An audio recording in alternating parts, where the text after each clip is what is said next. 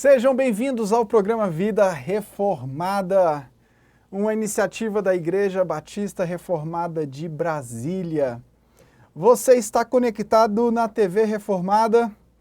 Acesse aí o nosso site brb.com.br.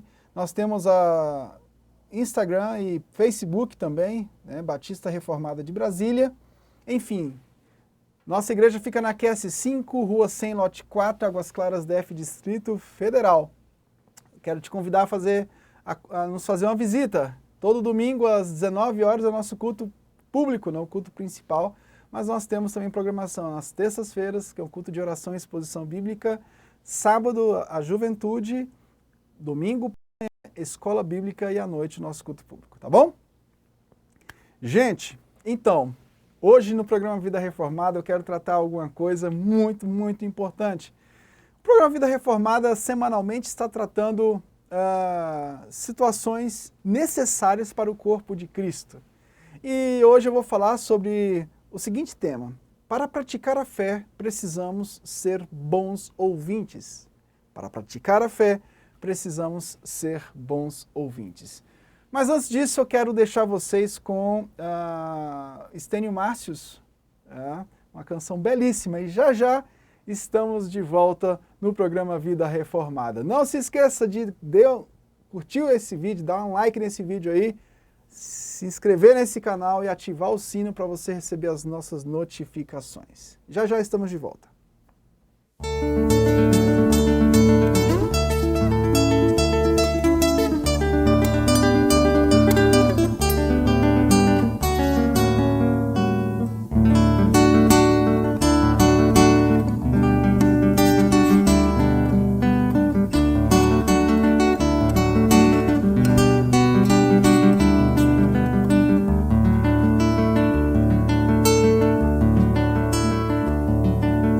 Tapeceiro, grande artista, vai fazendo seu trabalho,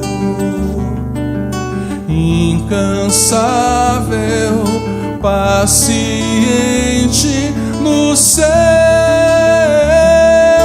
tear.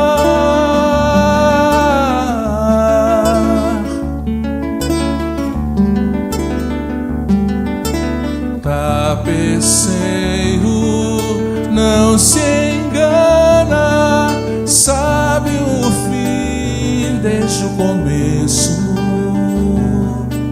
Trança voltas, mil desvios, sem perder o fio.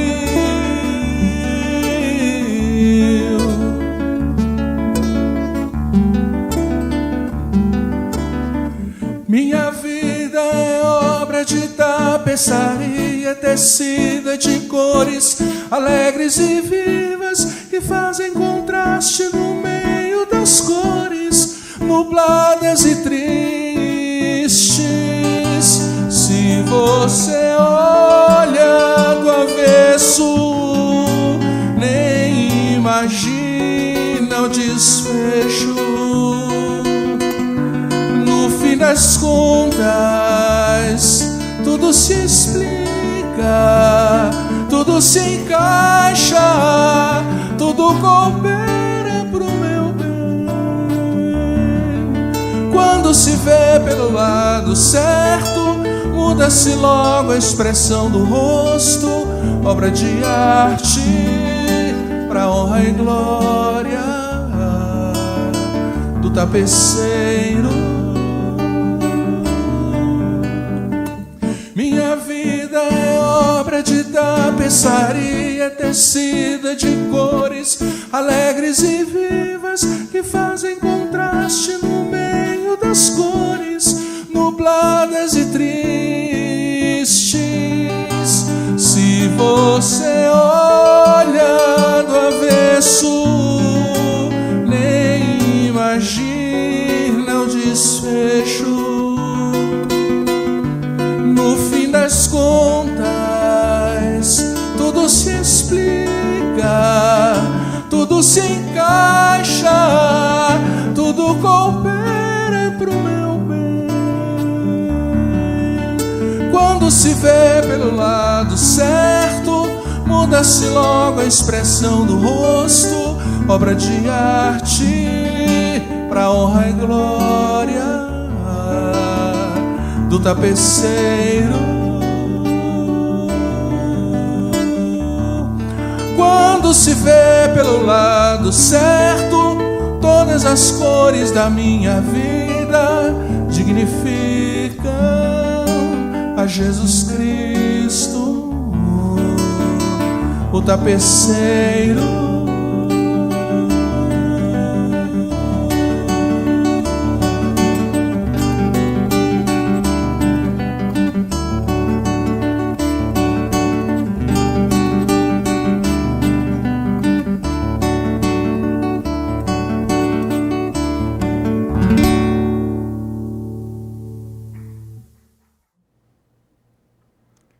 Estamos de volta no programa Vida Reformada. Você que está entrando aí agora, quero te convidar, dá um like nesse vídeo, se inscreva no nosso canal e ative o sino. Hoje nós vamos falar sobre um tema muito importante. Para praticar a fé, precisamos ser bons ouvintes. E eu queria começar com algumas características atuais dos ouvintes, né? Bom, olha o primeiro slide. Nós temos 4, eu teria que citar várias outras, mas eu separei 4 características dos ouvintes na atualidade, e são coisas verificáveis no dia a dia pastoral. E são coisas que eu verifico quando eu faço visitas pastorais, quando eu ouço as pessoas no gabinete. E isso coaduna literalmente com as características dos ouvintes na pós-modernidade.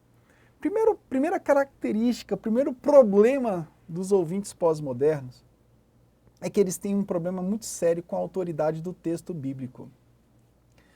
Bom, muitos deles não sabem nem o que é crítica literária, alta crítica literária, as influências do liberalismo no período moderno, no período pós-moderno.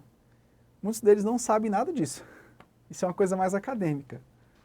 Mas os efeitos dessa narrativa que, aos poucos, despreza mais e mais o texto, que desconfia, que desconstrói a autoridade do texto bíblico, é muito latente na vida dos nossos ouvintes.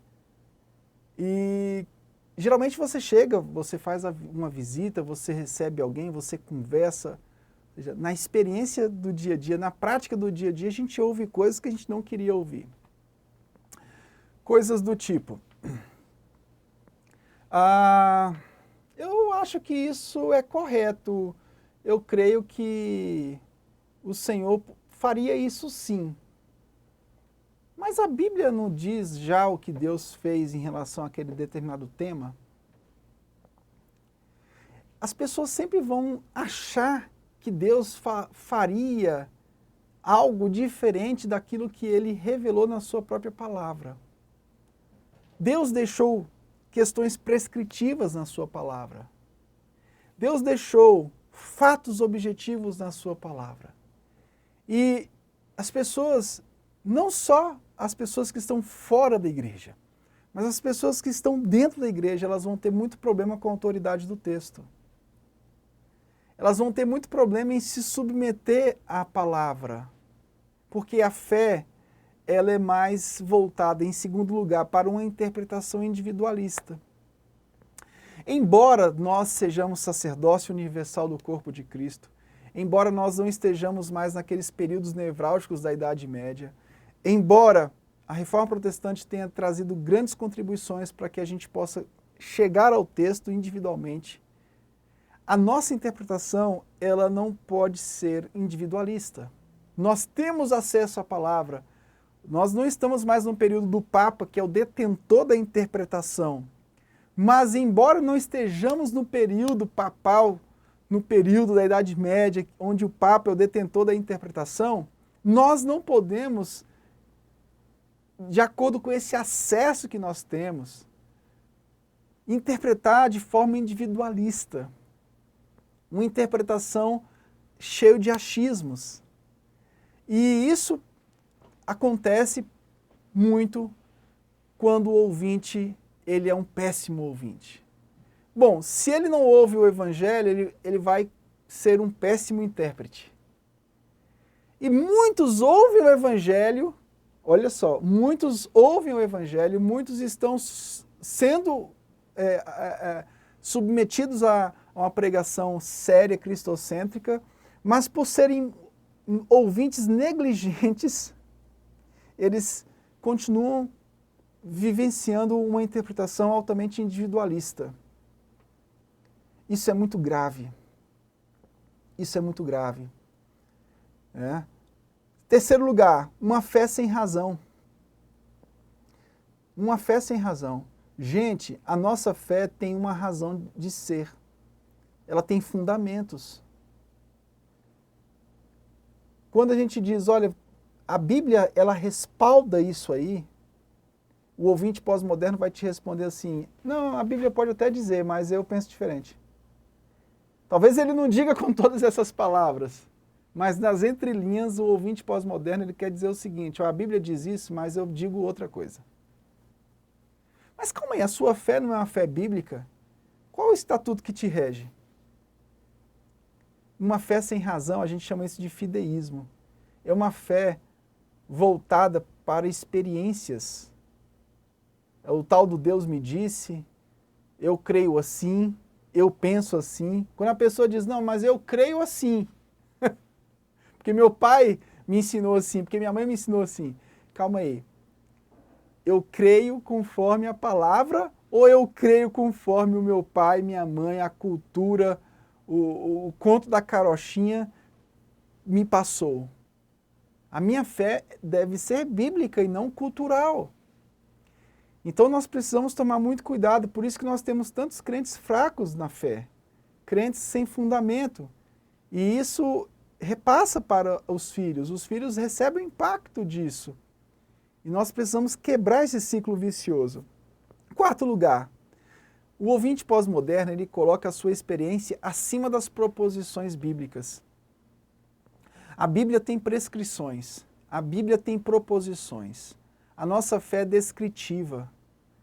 Você diz, eu nasci de novo. Eu sou um novo homem, pastor. Você chega para a sua família e diz, olha, agora eu sou crente, eu sou de Jesus. Tudo bem, essa é uma afirmação. Mas a Bíblia explica o que é ser crente? Explica. Vai lá em João capítulo 3, Jesus falando com Nicodemos acerca da necessidade de nascer de novo, de nascer do alto. Ou seja, a necessidade de sermos regenerados. Você vai para o livro de Romanos, o livro de Romanos vai explicar para você e para mim que todos pecaram e destituídos estão da glória de Deus. Ou seja, nós precisamos ser regenerados e isso só acontece pela fé exclusiva no mérito, na obediência de Jesus Cristo. Então, a partir de uma experiência que você contou, essa experiência precisa ser explicada. Como é que você diz que aconteceu algo com você, mas você não sabe o que aconteceu? A sua fé, ela não pode partir dessa loucura pós-moderna, onde as pessoas não conseguem explicar o que acontece com elas. Bom, que Deus é esse? Deus, ele é cognoscível, ele é entendível. Nós não conseguimos explicar tudo, toda a profundeza e a dimensão divina, mas a Bíblia, ela mostra o suficiente para nós.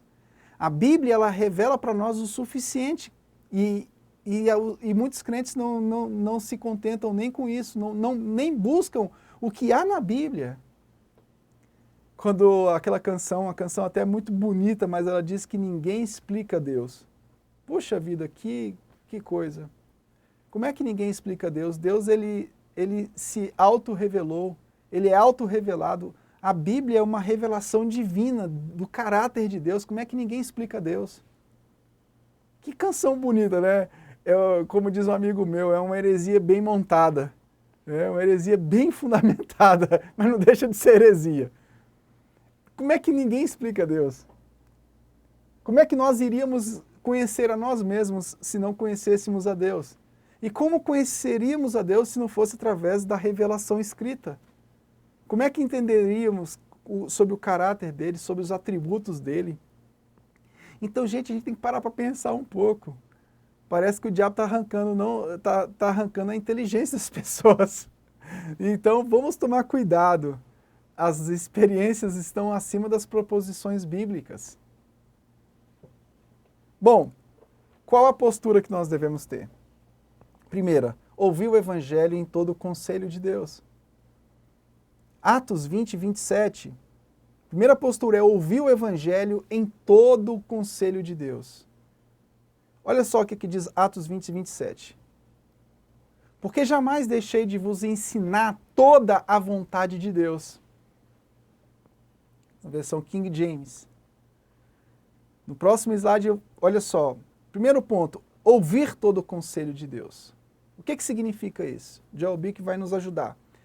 Ou seja, é ouvir toda a vontade, ouvir o plano soberano de Deus, conforme revelado em Cristo Jesus. Então, o pastor que exerce o ministério fiel, ele deve ensinar todas as doutrinas da palavra de Deus. O povo tem que saber o que é lei, o que é evangelho. O povo precisa saber o que é soberania divina, o que é responsabilidade humana. O povo precisa entender a realidade do céu, a realidade do inferno e outras coisas mais. O bom ouvinte, ele precisa entender sobre a sua fé. Ele precisa ter base sobre a sua fé. Eu tenho a responsabilidade de pregar sobre a fé, de cumprir o que Paulo diz a Timóteo, cuida de ti mesmo e da sã doutrina. Mas o ouvinte tem uma responsabilidade de ser um bom ouvinte. Como é que você vai praticar algo se você não tem fundamentos? Tudo bem, você ouve, mas não pratica, você se tornou um mau ouvinte. Mas existe não só o mau ouvinte, existe o péssimo praticante, aquele que pratica algo do que ele não sabe.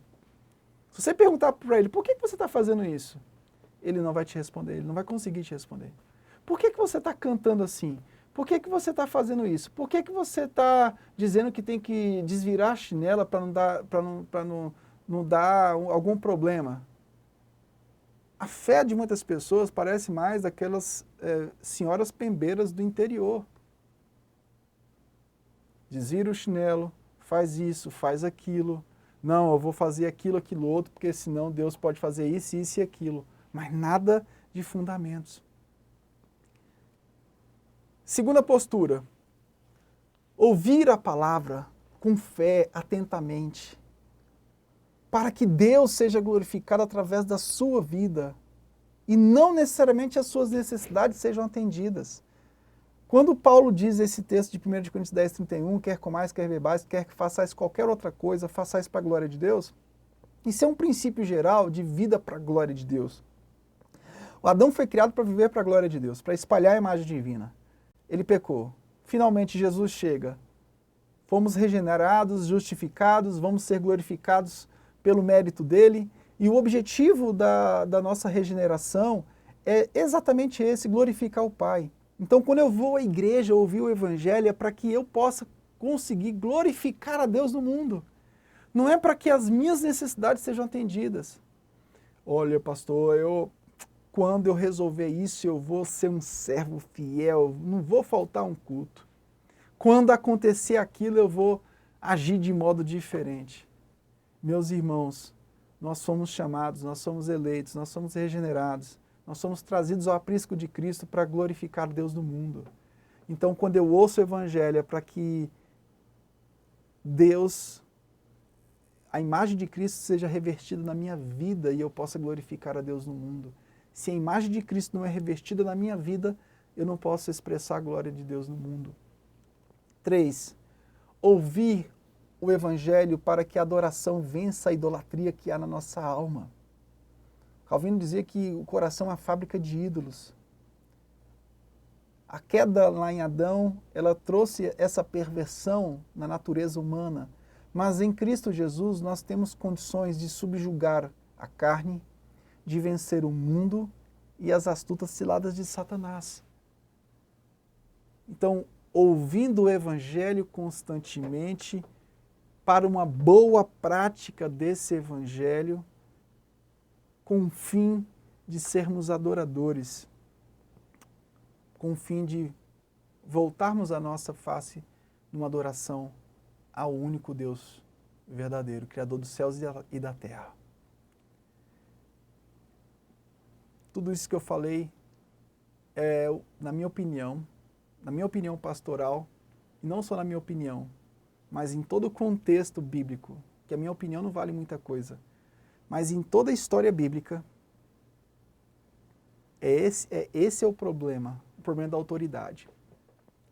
Eva, diante de Satanás, capítulo 2 de Gênesis, versículo 17, Deus diz, não coma, senão você vai morrer. Capítulo 3, o diabo tenta inverter essa história. Será que isso vai acontecer mesmo? Certamente você não vai morrer. A autoridade da palavra de Deus sempre foi colocada em xeque. Jesus, lá no Monte da Tentação, capítulo 4 de Mateus, Satanás trabalhou nessa mesma área, na autoridade da palavra, na autoridade da revelação divina. E será que conosco vai ser diferente? Não. Eu quero te convidar a se tornar um ouvinte melhor, um ouvinte do Evangelho. Não tem como você ter uma prática boa se você não for um bom ouvinte. Que Deus possa te abençoar ricamente, tá bom?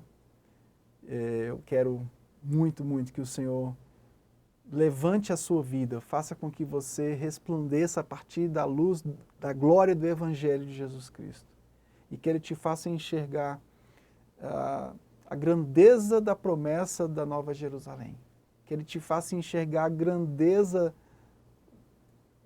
do poder de Deus que te transforma e te tira do centro das atenções e te leva a viver no centro da vontade de Cristo Jesus. Que Deus te abençoe. Até a próxima quarta-feira.